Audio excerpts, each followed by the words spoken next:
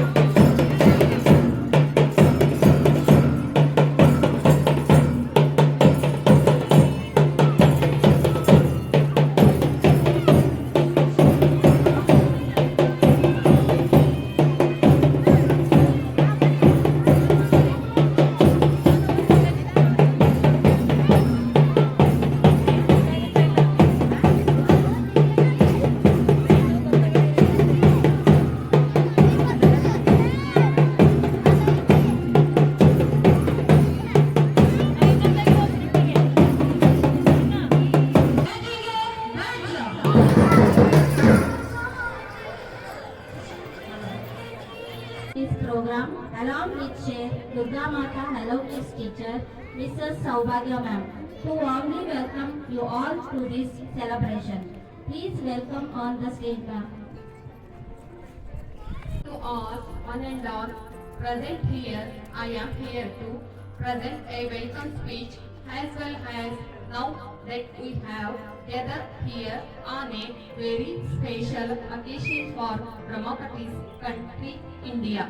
Today's day is the Republic Day of our beloved country, India.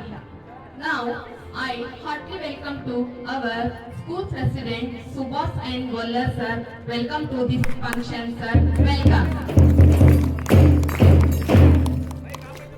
And I heartily welcome to our school secretary Savita S. Gollar madam. Welcome to this function. Welcome, madam.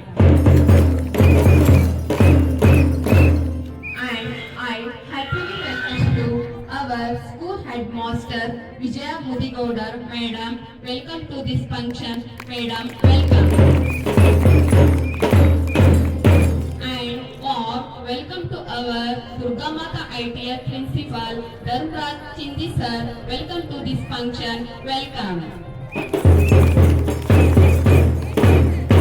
And hearty welcome to our Madhakari Institute of Paramedical College President Prashant sir. Welcome to this function. Welcome to you, sir. And heartily welcome to our school teachers staff and ITS teachers staff.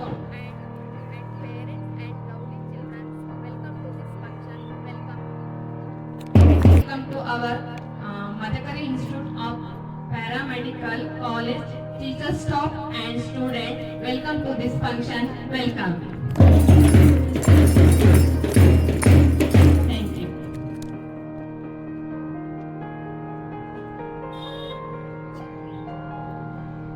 Thank you so much.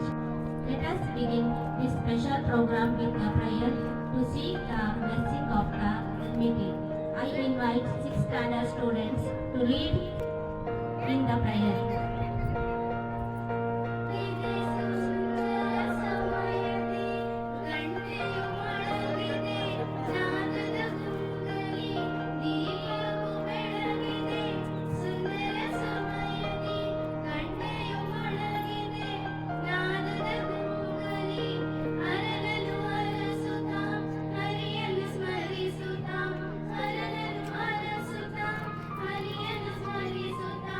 ಮನಸ್ಸಿಗೆ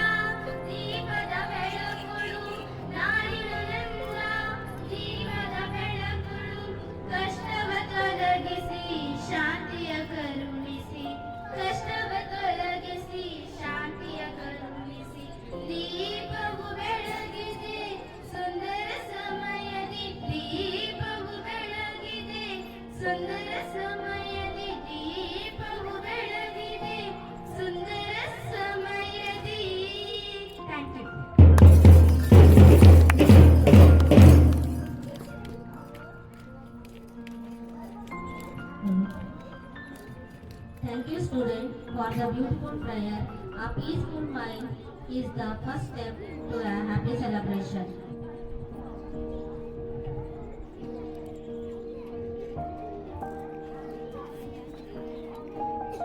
Next, I invite Mrs. Sangeeta ma'am, the teacher of the Sri Durga Mata ITI. Please welcome on the stage ma'am. ನಾನು ಮೊದಲು ಭಾರತೀಯ, ನಂತರ ಭಾರತೀಯ ಮತ್ತು ಅಂತಿಮವಾಗಿ ಭಾರತೀಯ ಸಂವಿಧಾನ ಶಿಲ್ಪಿ ಡಾಕ್ಟರ್ ಬಿ.ಆರ್. ಅಂಬೇಡ್ಕರ್ ಅವರ ಈ ಮಾತುಗಳನ್ನು ಸ್ಮರಿಸುತ್ತಾ ವೇದಿಕೆಯ ಮೇಲೆ ಆಸೀನರಾಗಿರುವಂತಹ ಮುಖ್ಯ ಗುರುಗಳು, ಅತಿಥಿ ಗಣ್ಯರೇ ಹಾಗೂ ನನ್ನ ಸಹ ಶಿಕ್ಷಕರೇ ಮತ್ತು ನನ್ನ ಮುದ್ದು ಮಕ್ಕಳೇ, ನಿಮ್ಮೆಲ್ಲರಿಗೂ ಶುಭೋದಯ ಹಾಗೂ ಗಣರಾಜ್ಯೋತ್ಸವದ ಶುಭಾಶಯಗಳು. ನಾವಿಂದು 76ನೇ ಗಣರಾಜ್ಯೋತ್ಸವವನ್ನ ಆಚರಣೆ ಮಾಡ್ತಾ ಇದ್ದೀವಿ. ಭಾರತದ ಸಂವಿಧಾನವು ಜಾರಿಗೆ ಬಂದ ದಿನವನ್ನ ನಾವು ಗಣರಾಜ್ಯೋತ್ಸವ ಅಂತೇಳಿ ಆಚರಣೆ ಮಾಡ್ತೀವಿ. ಆದ್ರೆ ಭಾರತ ಸಂವಿಧಾನ ಜಾರಿಗೆ ಬಂದಿದ್ದು 1949 ನವೆಂಬರ್ 26ರಂದು. ಗಾಂಧೀಜಿ ಅವರು ಲಾಹೋರ್ನಲ್ಲಿ ಒಂದು ಅಧಿವೇಶನವನ್ನ ನಡೆಸ್ತಾರೆ. ಅದನ್ನ ಜನವರಿ 26ರಂದು ನಡೆಸ್ತಾರೆ. ಸೊ ಆ ಸವಿ ನೆನಪಿಗಾಗಿ ನಾವು ಗಣರಾಜ್ಯೋತ್ಸವವನ್ನ ಜನವರಿ 26ರಂದು ಪ್ರತಿ ವರ್ಷ ಆಚರಣೆ ಮಾಡ್ತಾ ಬಂದಿದ್ವಿ. ಭಾರತ ಸಂವಿಧಾನವು ವಿಶ್ವದ ಅತಿ ದೊಡ್ಡ ಮತ್ತು ಉದ್ದದ ಲಿಖಿತ ಸಂವಿಧಾನವಾಗಿದ್ದು, ಇದು ಪ್ರಜಾಪ್ರಭುತ್ವ ಮತ್ತು ಜಾತ್ಯತೀತತೆಯನ್ನು ಪ್ರತಿಪಾದಿಸುತ್ತದೆ. ಸಂವಿಧಾನವು ಕಾರ್ಯಾಂಗ, ಶಾಸಕಾಂಗ ಮತ್ತು ನ್ಯಾಯಾಂಗಗಳನ್ನು ಸರ್ಕಾರದ 3 ಮುಖ್ಯ ಅಂಗಗಳಾಗಿ ವಿಭಜನೆ ಮಾಡ್ತದೆ. ಭಾರತದ ಸಂವಿಧಾನವು ಭಾರತದ ಅತ್ಯುನ್ನತ ಕಾನೂನು ದಾಖಲೆಯಾಗಿದ್ದು, ಮೂಲಭೂತ ರಾಜಕೀಯ ಸಂಹಿತೆ, ರಚನೆ, ಕಾರ್ಯವಿಧಾನಗಳು, ಅಧಿಕಾರಿಗಳು ಮತ್ತು ಸರ್ಕಾರಿ ಸಂಸ್ಥೆಗಳ ಕರ್ತವ್ಯಗಳನ್ನು ಗುರುತಿಸುವ ಚೌಕಟ್ಟನ್ನು ಇದು ರೂಪಿಸುತ್ತದೆ ಮತ್ತು ನಮ್ಮ ಮೂಲಭೂತ ಹಕ್ಕುಗಳು, ನಿರ್ದೇಶನಗಳು, ತತ್ವಗಳು ಮತ್ತು ನಾಗರಿಕ ಕರ್ತವ್ಯಗಳನ್ನು ಇದು ನಿಗದಿಪಡಿಸುತ್ತದೆ. ಸಂವಿಧಾನದ ರಚನೆಯಲ್ಲಿ ಡಾಕ್ಟರ್ ಬಿ.ಆರ್. ಅಂಬೇಡ್ಕರ್ ಅವರ ಪಾತ್ರ ಅತಿ ಮಹತ್ವದ್ದು. ಇವರನ್ನ ನಾವು ಸಂವಿಧಾನ ಶಿಲ್ಪಿ ಅಂತ ಹೇಳಿ ಕರಿತೀವಿ. ಈ ಸಂದರ್ಭದಲ್ಲಿ ಒಂದು ಚಿಕ್ಕ ಘಟನೆಯನ್ನ ಹೇಳಕ್ ಇಷ್ಟಪಡ್ತೀನಿ. ಒಂದು ಸಭೆಯಲ್ಲಿ ಡಾಕ್ಟರ್ ಬಿ.ಆರ್. ಅಂಬೇಡ್ಕರ್ ಅವರು ಮತ್ತು ಪೆರಿಯಾರ್ ಮತ್ತು ಜಗಲ್ ಮಾರ್ಕ್ಸ್ ಅವರು ಅಧ್ಯಕ್ಷತೆಯನ್ನ ವಹಿಸಿರ್ತಾರೆ. ಸೊ ಆ ಸಂದರ್ಭದಲ್ಲಿ ಪೆರಿಯಾರ್ ಹೇಳ್ತಾರೆ, ಎಲ್ರಿಗೂ ಒಂದು ಟೀ ತಂದ್ಕೊಡಿ ಅಂತ. ಹಂಗೆ ಜುಗಲ್ ಮಾರ್ಕ್ಸ್ ಹೇಳ್ತಾರೆ, ಎಲ್ರಿಗೂ ಸರಿಯಾದ ಪ್ರಮಾಣದಲ್ಲಿ ಟೀಯನ್ನ ತಂದ್ಕೊಡ್ರಿ ಅಂತ. ಆದ್ರೆ ಅಂಬೇಡ್ಕರ್ ಅವ್ರು ಹೇಳ್ತಾರೆ, ಎಲ್ರಿಗೂ ಒಂದೇ ತರನಾದ ಗ್ಲಾಸ್ ನಲ್ಲಿ ಟೀಯನ್ನ ತಂದ್ಕೊಡ್ರಿ ಅಂತ. ಅಂದ್ರೆ ಅಂಬೇಡ್ಕರ್ ಅವರು ಸಮಾನತೆಗೆ ಅಷ್ಟು ಬೆಲೆಯನ್ನ ಕೊಡ್ತಿದ್ರು ಅಂತ. ಕೂಡ ಭಾರತದ ಪ್ರತಿಯೊಬ್ಬ ಪ್ರಜೆಯೂ ಕೂಡ ಮತದಾನದ ಹಕ್ಕನ್ನ ಹೊಂದೋದಾಗಿದೆ. ಹಾಗೆ ಹೆಣ್ಮಕ್ಳಿಗೆ ಪುರುಷರಿಂದ ರಕ್ಷಣೆ ಮತ್ತು ಹಿಂದೂ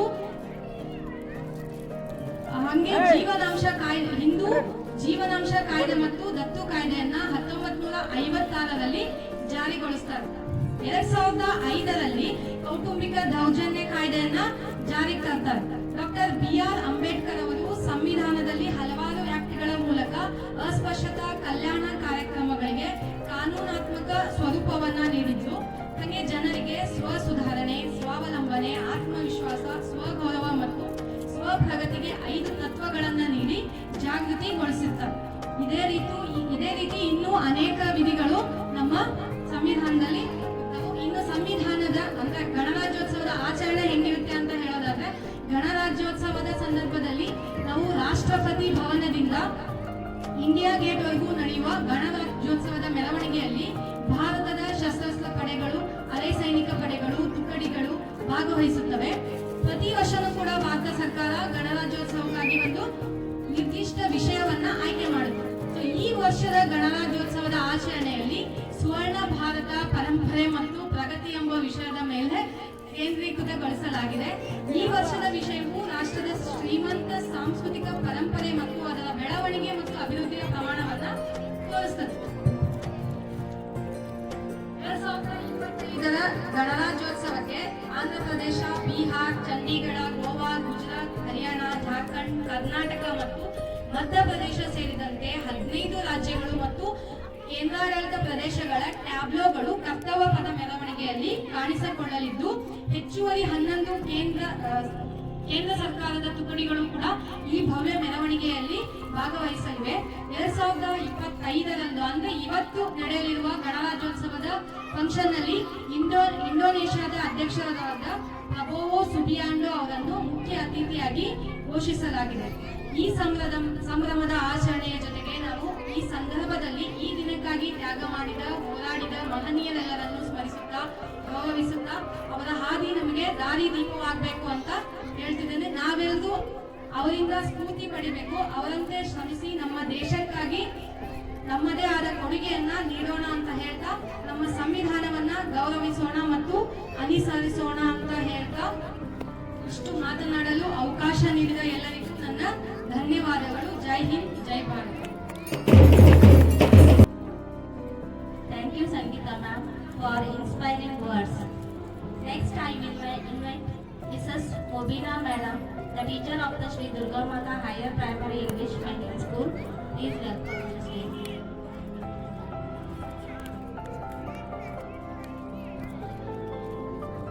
ಎಲ್ಲರಿಗೂ ಬೆಳಗಿನ ಶುಭೋದಯ. ಮಾನ್ಯ ಅಧ್ಯಕ್ಷರೇ ಹಾಗೂ ಎಲ್ಲ ಸಹ ಶಿಕ್ಷಕರೇ ಹಾಗೂ ನನ್ನ ಮುದ್ದು ಮಕ್ಕಳೇ, ಎಲ್ಲರಿಗೂ ಸಹ ಗಣರಾಜ್ಯೋತ್ಸವದ ಶುಭಾಶಯಗಳು.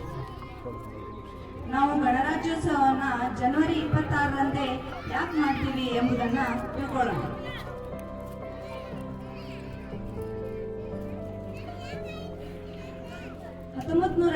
ಜನವರಿ 26ರಂದು ನಮ್ಮ ಸಂವಿಧಾನವು, ಭಾರತದ ಸಂವಿಧಾನವು ರಚನೆಯಾಗುತ್ತೆ. ಆದ್ರಿಂದ ಏನ್ ಮಾಡ್ತಾ ಇದ್ದಾರೆ ಅಂದ್ರೆ, ಈ ಸಂವಿಧಾನದ ರಚನೆಯ ನೆನಪಿಗಾಗಿ ನಾವು ಭಾರತದ ಗಣರಾಜ್ಯೋತ್ಸವವನ್ನು ಜನವರಿ 26ರಂದೇ ಆಚರಿಸ್ತಾ ಇದ್ದೀವಿ. ಆಗಿನ ಕಾಲದಲ್ಲಿ ಬ್ರಿಟಿಷರು ಭಾರತದಲ್ಲಿ ಆಳ್ವಿಕೆಯನ್ನ ನಡೆಸ್ತಾ ಇರ್ತಾರೆ. ಆಗ ದಿನೇ ದಿನೇ ಸ್ವಾತಂತ್ರ್ಯದ ಕೂಗು ಜಾಸ್ತಿ ಆಗುತ್ತಿದ್ದ ಸಂದರ್ಭ ಆಗಿತ್ತದು. ಆಗ ಏನ್ ಮಾಡ್ತಾರಂದ್ರೆ, ಜವಾಹರ್ಲಾಲ್ ನೆಹರೂರವರು ಒಂದು ಕಾಂಗ್ರೆಸ್ ಅಧಿವೇಶನವನ್ನ ಲಾಹೋರ್ನಲ್ಲಿ ನಡೆಸ್ತಾರೆ. ಆಗ ಇನ್ನು ಲಾಹೋರು ಭಾರತದಲ್ಲೇ ಇತ್ತು. ಭಾರತ ಮತ್ತೆ ಪಾಕಿಸ್ತಾನ ಇನ್ನೂ ವಿಭಜನೆ ಆಗಿರಲಿಲ್ಲ.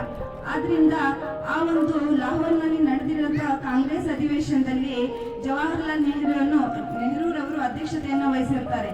ಆ ಒಂದು ಅಧಿವೇಶನದಲ್ಲಿ ಒಂದು ನಿರ್ಣಯ ಅಂಗೀಕಾರ ಆಗುತ್ತೆ. ಆ ನಿರ್ಣಯ ಏನಂತ ಅಂದ್ರೆ, ನಮಗೆ 1930 ಜನವರಿ 26ರ ಒಳಗೆ ನಮಗೆ ಸ್ವರಾಜ್ಯದ ಹಕ್ಕನ್ನು ನೀಡಬೇಕು, ಅಂದ್ರೆ ಭಾರತ ಆಡಳಿತದ ಚುಕ್ಕಾಣಿಯನ್ನು ಭಾರತೀಯರಿಗೆ ನೀಡಬೇಕೆಂದು ಘೋಷಿಸ್ತಾರೆ. ಆದ್ರೆ ಇವೆಲ್ಲ ಮಾತುಗಳಿಂದ ಬ್ರಿಟಿಷರು ಬಗ್ಗೋದೇ ಇಲ್ಲ. ಆಗೇನ್ ಮಾಡ್ತಾರಂದ್ರೆ, 1929ರಲ್ಲಿ ರಾವಿ ನದಿಯ ತೀರದಲ್ಲಿ ಏನ್ ಮಾಡ್ತಾರೆ, ನೆಹರೂರವರು ಧ್ವಜಾರೋಹಣವನ್ನ ಮಾಡ್ತಾರೆ ಹಾಗೂ ಭಾರತ ಸ್ವತಂತ್ರ ದೇಶ ಅಂತ ಘೋಷಿಸ್ಕೊಳ್ತಾರೆ. ಆಗ ಏನಾಯ್ತಂದ್ರೆ, ಅಂದಿನಿಂದ ಏನ್ ಮಾಡ್ತಾರೆ, ಕಾಂಗ್ರೆಸ್ ಜನವರಿ 26ರಂದು ಭಾರತ ಸ್ವತಂತ್ರ ದೇಶ ಅಂತ ಅನ್ಕೊಂಡು ಧ್ವಜವನ್ನ ಹಾಸ್ಕೊಂಡು ಬಂದ್ರು ಮತ್ತು ಗಣರಾಜ್ಯವನ್ನು ಆಚರಿಸುತ್ತಾ ಬಂದ್ರು. 1949 ನವೆಂಬರ್ 26ರಂದೇ ಭಾರತ ಸಂವಿಧಾನ ರಚನೆ ಆಗಿರುತ್ತೆ. ಆದ್ರೆ ಪೂರ್ಣ ಸ್ವರಾಜ್ಯಕ್ಕೋಸ್ಕರ ಏನ್ ಮಾಡ್ತಾರಂದ್ರೆ, 1950 ಜನವರಿ 26ರಂದು BR ಅಂಬೇಡ್ಕರ್ ಅವರ ನೇತೃತ್ವದಲ್ಲೇ ಸಂವಿಧಾನವನ್ನ ಅಳವಡಿಸಿಕೊಳ್ತಾರೆ. ಅವತ್ತಿನಿಂದ ಜನವರಿ 26ರಂದು ಗಣರಾಜ್ಯೋತ್ಸವ ಅಂತ ಆಚರಿಸಿಕೊಂಡು ಬಂದ್ರು. ಭಾರತ ಈ ಸಂವಿಧಾನವು ಇಂಗ್ಲಿಷ್ ಮತ್ತು ಹಿಂದಿ ಎರಡೂ ವಿಷಯಗಳಲ್ಲಿ ರಚಿಸಲಾಗಿದೆ. ಇಂಗ್ಲಿಷ್ನಲ್ಲಿ ಅಡೋಲಿಯನ್ ಶೈಲಿಯಲ್ಲಿ ಪ್ರೇಮ್ ಬಿಹಾರಿ ಅವರು ಬರೆದಿದ್ದಾರೆ ಹಾಗೂ ಅದರಲ್ಲಿರುವ ಚಿತ್ರಗಳನ್ನು ಕೂಡ ಏನ್ ಮಾಡಿದ್ದಾರೆ, ಕೈಯಿಂದಲೇ ಬರೆದಿದ್ದಾರೆ. ಅದರಲ್ಲಿ ಮೊದಲನೆಯದಾಗಿ ಅಶೋಕ ಸ್ತಂಭ, ನಮ್ಮ ರಾಷ್ಟ್ರ ಲಾಂಛನವಾಗಿರುವಂತಹ ಅಶೋಕ ಸ್ತಂಭ, ನಟರಾಜ, ಕೃಷ್ಣ ಮತ್ತು ಯಜ್ಞ ಯಾಗಾದಿಗಳನ್ನು ಮಾಡುತ್ತಿರುವ ಋಷಿ ಮುನಿಗಳು, ಸ್ವರ್ಗದಿಂದ ಹರಿಯುತ್ತಿರುವ ಗಂಗೆ, ಕಮಲ, ಝಾನ್ಸಿ ರಾಣಿ ಲಕ್ಷ್ಮೀಬಾಯಿ, ಶಾಂತಿಯನ್ನು ಉಪದೇಶ ಮಾಡುತ್ತಿರುವಂತಹ ಬುದ್ಧ, ಇವೆಲ್ಲ ಚಿತ್ರಗಳನ್ನು ಸಹ ಕೈಯಿಂದಲೇ ಬರೆಯಲಾಗಿದೆ. ಈ ಎಲ್ಲ ಚಿತ್ರಗಳನ್ನು ನೋಡಿದಾಗ ನಮ್ಗೆ ಏನ್ ಅನ್ಸುತ್ತಂದ್ರೆ, ನಮ್ಮ ಭಾರತವು ವಿವಿಧ ಸಂಸ್ಕೃತಿಯಿಂದ ನಿರ್ಮಾಣವಾಗಿದೆ ಅಂತ ನಾವು ತಿಳ್ಕೋಬಹುದು. ಆಗ ಕನ್ನಡಿಗರು ಸಹ ಇದರಲ್ಲಿ ಬಹಳಷ್ಟು ಮುಖ್ಯ ಪಾತ್ರವನ್ನ ವಹಿಸಿದ್ದಾರೆ.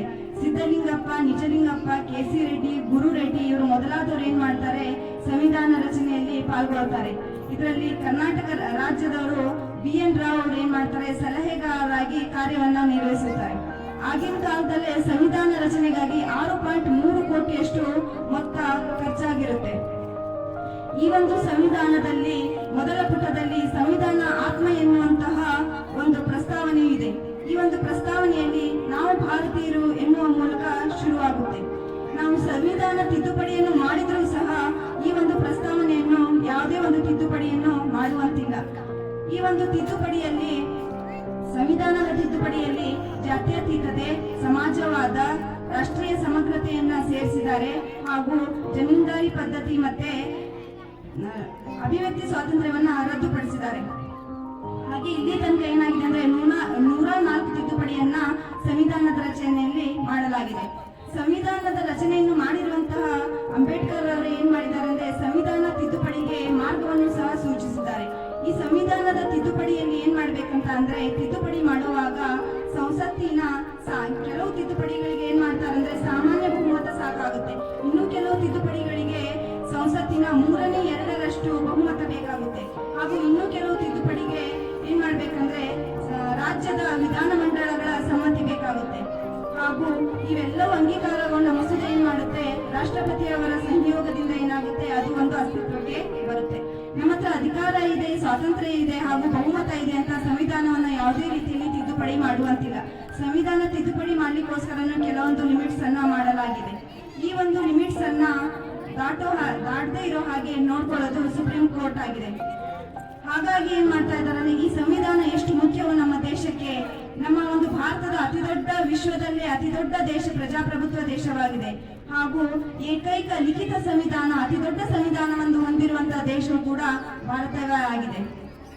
ಆದ್ದರಿಂದ ಈ ಒಂದು ದೇಶಕ್ಕೆ ಸಂವಿಧಾನ ಎಷ್ಟು ಮುಖ್ಯ ಎಂಬುದನ್ನ BR ಅಂಬೇಡ್ಕರ್ ಅವರು ನಮಗೆ ತೋರಿಸ್ಕೊಟ್ಟಿದ್ದಾರೆ. ಇಷ್ಟು ಮುಖ್ಯವಾಗಿ ರಚನೆಯಾಗಿರುವಂತಹ ಈ ಸಂವಿಧಾನವನ್ನ ಅಳವಡಿಸಿಕೊಂಡ ದಿನವನ್ನ ನಾವೇನ್ ಮಾಡ್ತಾ ಇದೀವಿ ಅಂದ್ರೆ ಜನವರಿ 26 ಗಣರಾಜ್ಯೋತ್ಸವವನ್ನಾಗಿ ಆಚರಿಸುತ್ತಾ ಬಂದಿದ್ದೇವೆ. ಇಷ್ಟು ಮಾತನ್ನ ಆಡ್ಲಿಕ್ಕೆ ನನಗೆ ಅವಕಾಶ ಕೊಟ್ಟಿರುವಂತ ನಿಮ್ಗೆಲ್ರಿಗೂ ಧನ್ಯವಾದಗಳು.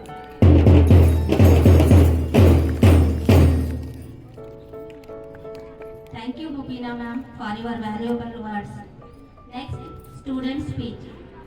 Nursery, Rida. Good morning everyone, my name is Rida. Today is Republic Day. Good morning everyone, my name is Rida. Good morning everyone, my name is Rida. Today is Republic Day. And we are celebrating this is a line to celebrate for our goodness to our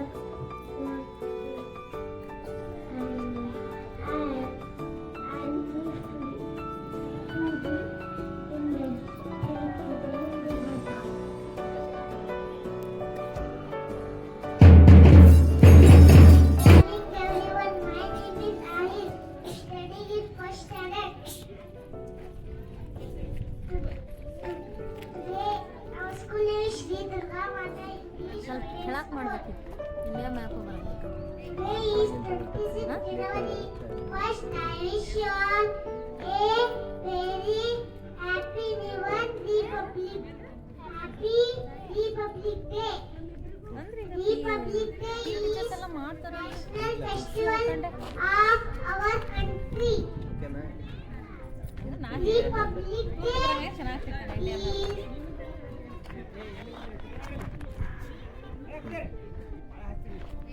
teaches us to live in peace. Thank you, Jai Hind, Jai Bharat.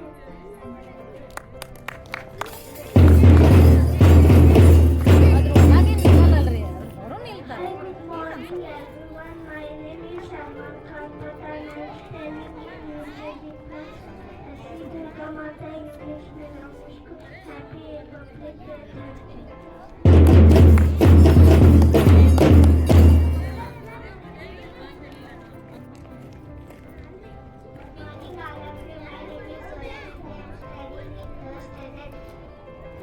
Our school name is Sri Durga Mata Higher Primary English Medium School.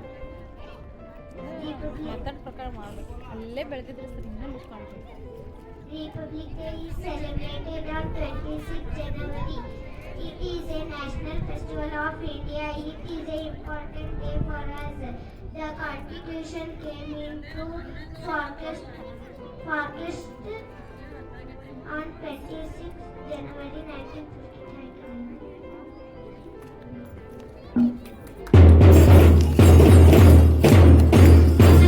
President, Chief Guest, other dignitaries on the dais, my dear teachers and hi, good morning everyone. My name is Niharika. I am studying in third standard. Today we all celebrate January 26th. First, I wish you all a very happy Republic Day. Republic Day is teach us to unity. January 20. Republic Day is celebrated on January 26th. I love my country. Thank you. Hi, good morning everyone. My name is Sakshi. I am studying in first standard. Our school name is Sri Durga Mata English Medium Higher Primary School. Today is 26th January. Today is our Republic Day. I wish you all a very happy Republic Day. Republic Day is our national festival. On 26th January 1950, our constitution came into force. We should respect our constitution. I love my country very much. I am proud to be an Indian. Jai Hind, Jai Bharat. Hi, good morning everyone. My name is Madhya. I am studying in Sri Durga Mata English Medium School. Today is 26th January and we all celebrating Republic Day. This is a very special day for Indians, all Indians. We love our country very much and we feel proud to be Indians. Jai Hind, Jai Bharat. Hi, good morning everyone. My name is Ikra. I am studying in 5th standard. Today is 26th January. This year we are celebrating 76th Republic Day. Republic Day is a national festival of our country. On this day in 1950, the Constitution of India came into force. We should respect our constitution. Dr. B.R. Ambedkar is the father of our constitution. Our freedom fighters fight continuously against the British.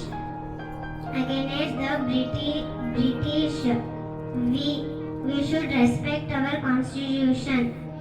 I am proud to be an Indian. Jai Hind, Jai Bharat.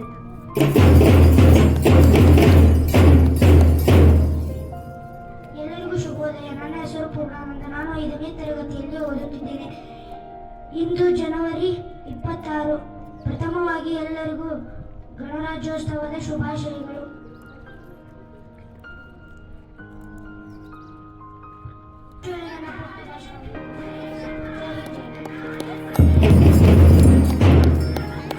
ಎಲ್ಲರಿಗೂ ಶುಭೋದಯ. ನನ್ನ ಹೆಸರು ಸಂದೇಶ್. ನಾನು 5ನೇ ತರಗತಿಯಲ್ಲಿ ಓದುತ್ತಿದ್ದೇನೆ. ಎಲ್ಲರಿಗೂ ಗಣರಾಜ್ಯೋತ್ಸವದ ಶುಭಾಶಯಗಳು. 1950 ಜನವರಿ 26ರಂದು ನಮ್ಮ ದೇಶ ಗಣರಾಜ್ಯವಾಯಿತು. ನಮ್ಮ ದೇಶ ಗಣರಾಜ್ಯವಾಗಲು ಅನೇಕರು ಕಾರಣರಾಗಿದ್ದಾರೆ. Doctor B.R. ಅಂಬೇಡ್ಕರ್ ಅವರು ಇನ್ನು ಮುಂತಾದವರು ಕಾರಣರಾಗಿದ್ದಾರೆ. ಪ್ರತಿ ವರ್ಷ ನಾವು ಜನವರಿ 26ರಂದು ಗಣರಾಜ್ಯೋತ್ಸವವನ್ನು ಆಚರಿಸುತ್ತೇವೆ. ಇಷ್ಟು ಹೇಳಿ ನನ್ನ ಪುಟ್ಟ ಭಾಷಣವನ್ನು ಮುಗಿಸುತ್ತೇನೆ. ಜೈ ಹಿಂದ್, ಜೈ ಭಾರತ್.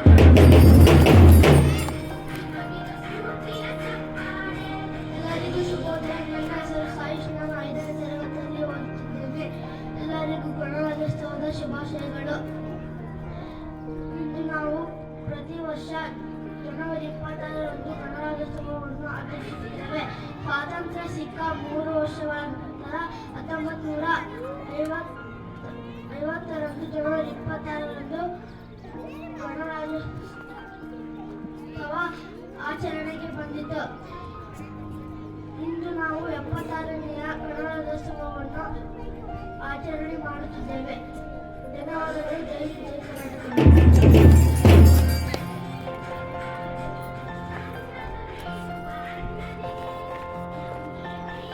Thank you, students.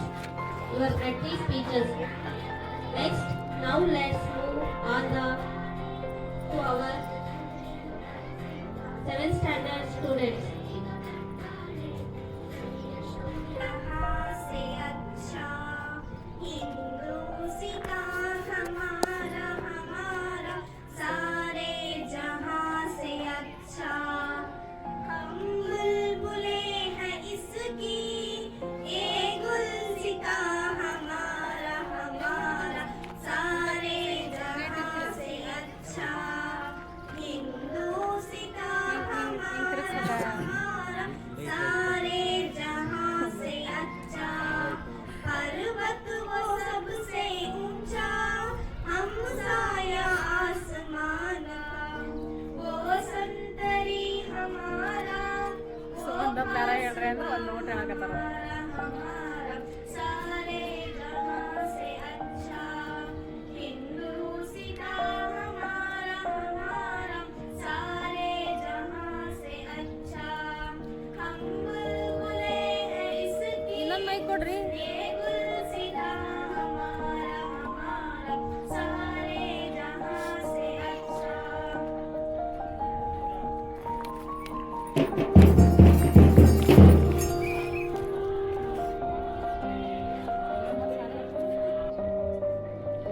ಏರುತ್ತಿರುವುದು ಹಾರುತ್ತಿರುವುದು ನೋಡು ನಮ್ಮ ಬಾವುಟ ತೋರುತ್ತಿರುವುದು ಹೊಡೆದು ಹೊಡೆದು ಬಾನಿನಗಲ ಪಟಾಪಟ ಕೇಸರಿ ಬಿಳಿ ಹಸಿರು ಮೂರು ಬಣ್ಣ ನಡುವೆ ಚಕ್ರವು ಸತ್ಯ ಶಾಂತಿ ತ್ಯಾಗ ಮೂರ್ತಿ ಗಾಂಧಿ ಹಿಡಿದ ಚರಕವು ಇಂಥ ಧ್ವಜವು ನಮ್ಮ ಧ್ವಜವು ನೋಡು ಹಾರುತ್ತಿರುವುದು ಧ್ವಜದ ಭಕ್ತಿ ನಮ್ಮ ಶಕ್ತಿ ನಾಡ ಗುಡಿಯ ಮೆರೆಯುವುದು ಕೆಂಪು ಕಿರಣ ತುಂಬಿ ಗಗನ ಬಣ್ಣ ಬಣ್ಣವಾಗಿದೆ ನಮ್ಮ ನಾಡ ಗುಡಿಯ ನೋಡ ನೋಡಿರಣ್ಣ ಹೇಗಿದೆ Mr. Ganesh sir, the teacher of Sri Durga Mata Higher Primary English Medium School. Please come on the stage, sir.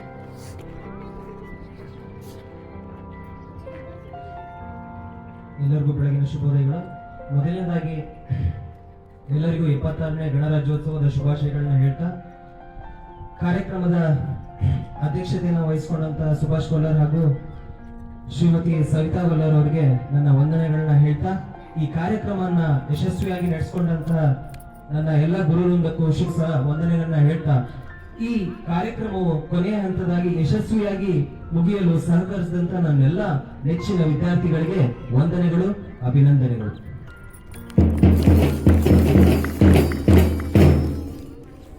Anyway, thank you for joining us in this celebration of patriotism.